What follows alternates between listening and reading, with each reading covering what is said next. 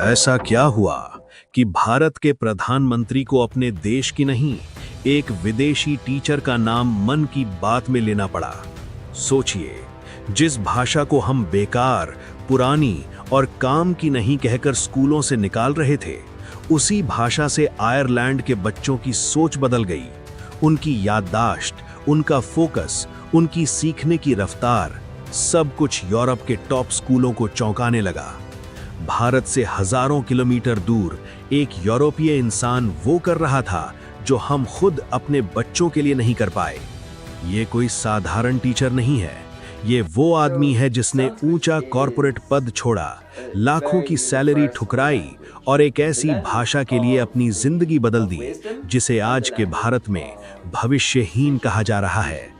और जब भारत सरकार ने एक विदेशी को पद्मश्री देने का फैसला लिया, तब सवाल सिर्फ सम्मान का नहीं था। सवाल था, क्या हमने अपनी सबसे बड़ी ताकत को खुद ही भूल जाने की गलती कर दी? आखिर क्या है रटगर कोटनहॉर्स्ट का वो सीक्रेट मिशन जो भारत से ज्यादा यूरोप को बदल रहा है? तैयार हो जाइए, ये कहानी आपको गर्व नहीं, पहले शर्म और फिर सोचने पर मजबूर करेगी। और अब देखिए वो दृश्य जिसने साल 2022 में पूरे विश्व के होश उड़ा दिए। जब दिल्ली के राष्ट्रपति भवन के गलियारों में रुतगर कोटनहॉर्स्ट का नाम पुकारा गया, तो वहां मौजूद बड़े बड़े विदेशी डिप्लोमैट्स और भारतीय दिग्गज सन्न रह गए। एक ऐसा आदमी जिसके पास आयरलैंड का पासपोर्ट है, जो पूरी तरह विदेशी है, उसे भारत का चौथा सर्वोच्च नागरिक सम्मान पद्मश्री क्यों दिया जा रहा है? जब वो राष्ट्रपति के सामने झुके तो वो सिर्फ एक अवार्ड नहीं ले रहे थे, बल्कि वो पूरी दुनिया को बता रहे थे कि भारत का ज्ञान सीमाओं का मोहताज नहीं है। लेकिन असली सवाल अभी भी वही है, एक विदेशी को इतना बड़ा सम्मान क्यों? क्या ये महज राजनीति थी, या फिर इस इंसान ने आयरलैंड की धरती पर कुछ ऐसा चमत्कार कर दिया था जिसे भारत की सरकार भी सलाम करने पर मजबूर हो गई? अब देखिए इस इंसान का वो कारनामा जिसने आयरलैंड को एक डिजिटल गुरुकुल बना दिया। रुतगर कोटनहॉर्स्ट ने जो किया वो आज का भारत सोच भी नहीं सकता। उन्होंने डबलिन के जॉन स्कॉटिश स्कूल की पूरी नींव ही बदल दी। अनिवार्य संस्कृत। उन्होंने इस स्कूल में संस्कृत को ऑप्शनल नहीं बल्कि मैंडेटरी यानी अनिवार्य बना दिया। यहाँ का हर बच्चा, चाहे वो ईसाई हो या किसी और धर्म का, उसे संस्कृत पढ़नी ही पड़ती है। अद्भुत प्रार्थना। सोचिए, जहां पश्चिमी देशों में बच्चे पॉप म्यूजिक पर झूमते हैं, वहां रुतगर के छात्र सुबह की शुरुआत ओम पूर्णमदः पूर्णमिदं और नमस्ते अस्तु भगवन जैसे मंत्रों से करते हैं। जब ये आयरिश बच्चे एक सुर में प्रार्थना करते हैं तो ऐसा लगता है जैसे डबलिन की हवाओं में साक्षात सरस्वती उतर आई हों। Ayurveda in syllabus.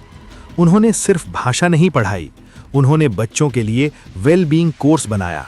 वहां के 12 साल के बच्चों को पता है कि उनका शरीर वात, पित्त या कफ में से क्या है। वो अपनी डाइट और अपनी लाइफस्टाइल आयुर्वेद के हिसाब से तय करते हैं। उन्होंने sanskrit.ie नाम का एक ऑनलाइन पोर्टल बनाया ताकि यूरोप का हर नागरिक भगवद गीता को शुद्ध उच्चारण के साथ पढ़ सके। उन्होंने संस्कृत को धर्म नहीं बल्कि विज्ञान बनाकर पेश किया।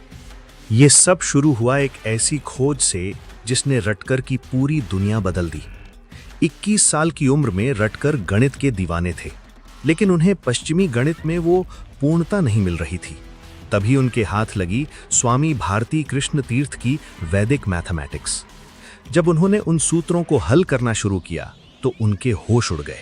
वो जटिल सवाल जिन्हें कंप्यूटर फेल कर देते थे, भारत के प्राचीन सूत्र उन्हें एक लाइन में खत्म कर रहे थे। रटकर चिल्ला पड़े, हाउ इज दिस पॉसिबल? यहीं से शुरू हुई उनकी अद्वैत वेदांत की भूख। उन्हें समझ आ गया कि जिस देश का गणित इतना ताकतवर है, उसकी भाषा कैसी होगी। उन्होंने अपना सब कुछ दांव पर लगा दिया और शुरू हुई एक ऐसी यात्रा जो उन्हें आयरलैंड के आरामदायक कमरों से उठाकर भारत की तपती धूप में ले आई। क्या आप जानते हैं कि एक ऊंचे पद और पावर का मोह छोड़ना कितना मुश्किल होता है? रटगर के पास सब कुछ था। वो जॉन स्कॉट स्कूल के वाइस प्रिंसिपल थे। पूरा डबलिन उनके सामने झुकता था। लेकिन 2009 में उन्होंने एक ऐसा फैसला लिया जिसे सुनकर उनके अपनों ने उन्हें पागल समझ लिया। उन्होंने अपना इस्तीफा मेज पर पटक दिया और कहा, मुझे ये कुर्सी नहीं चाहिए, मुझे एडमिनिस्ट्रेशन नहीं संभालना, मुझे सिर्फ एक साधारण संस्कृत टीचर बनना है। सोचिए, कोई इंसान अपनी पूरी पावर और रसूख इसलिए छोड़ देता है क्योंकि उसे लगा कि संस्कृत की ये मशाल थामने वाला कोई नहीं बचा। उन्होंने खुद को जीरो बना लिया ताकि वो आने वाली पीढ़ी को संस्कृत का अनंत ज्ञान दे सकें। उन्होंने सोपानम और सरलम संस्कृतम जैसी किताबें खुद लिखीं क्योंकि वो चाहते थे कि आयरलैंड का बच्चा बच्चा अपनी जड़ें भारत में ढूंढ सके। अगर आपको लगता है कि रटगर को ये ज्ञान एयर कंडीशन्ड कमरों में मिला तो आप बहुत बड़े भ्रम में हैं। 2006 से उन्होंने अपनी हर छुट्टी साधना में बिताई। जब दुनिया के बाकी लोग यूरोप के समुद्रों पर अय्याशी कर रहे थे, रटगर बेंगलुरु के एक साधारण गुरुकुल में तपस्या कर रहे थे। जमीन पर एक पतली चटाई पर सोना, सुबह 4:30 पर ब्रह्म मुहूर्त में उठकर ठंडे पानी से नहाना और वो भयानक गर्मी जहां बिजली का नामो निशान नहीं था। उन्होंने उत्तर भारत के महान शंकराचार्यों के चरणों में बैठकर घंटों संस्कृत व्याकरण के पेचीदा सूत्र सीखे। उन्होंने श्री अरविंदो आश्रम पौंडीचेरी में डॉक्टर नरेंद्र के साथ मिलकर महीनों रिसर्च की कि कैसे पश्चिमी बच्चों को संस्कृत के खेल खिलाए जाएं। उन्होंने भारत की गरीबी को नहीं देखा, उन्होंने भारत के उस सोने को पकड़ा जो हमारे वेदों में दबा पड़ा था। रटगर की सबसे बड़ी ताकत उनकी बेबाकी है। वो आयरलैंड की क्लास में खड़े होकर दुनिया के सामने कहते हैं, English is a random and defective language. अंग्रेजी एक दिशाहीन और दोषपूर्ण भाषा है।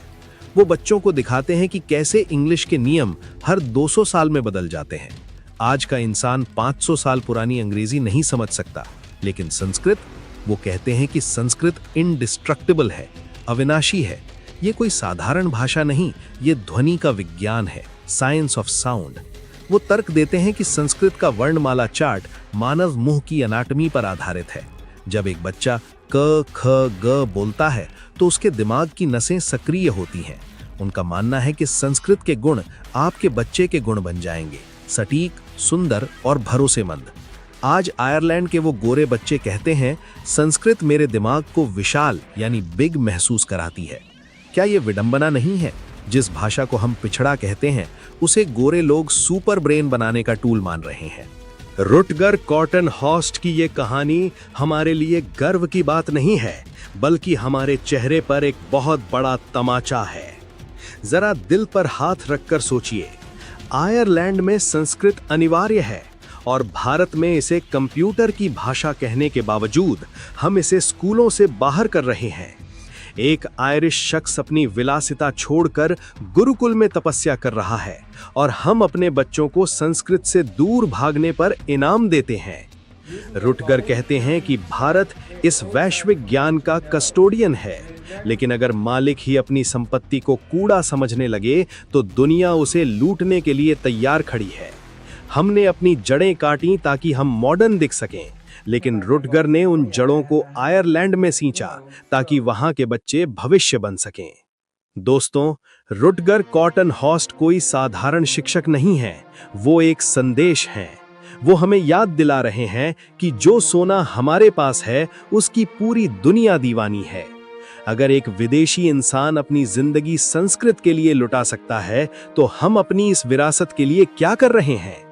रुटगर आज भी आयरलैंड में डटे हुए हैं, हर दिन यूरोप की हवाओं को ओम की गूंज से पवित्र कर रहे हैं। अगर आपको आज इस आयरिश ऋषि की कहानी ने झकझोर दिया है, तो इस वीडियो को हर उस भारतीय तक पहुंचाएं जो अपनी संस्कृति पर शर्म करता है।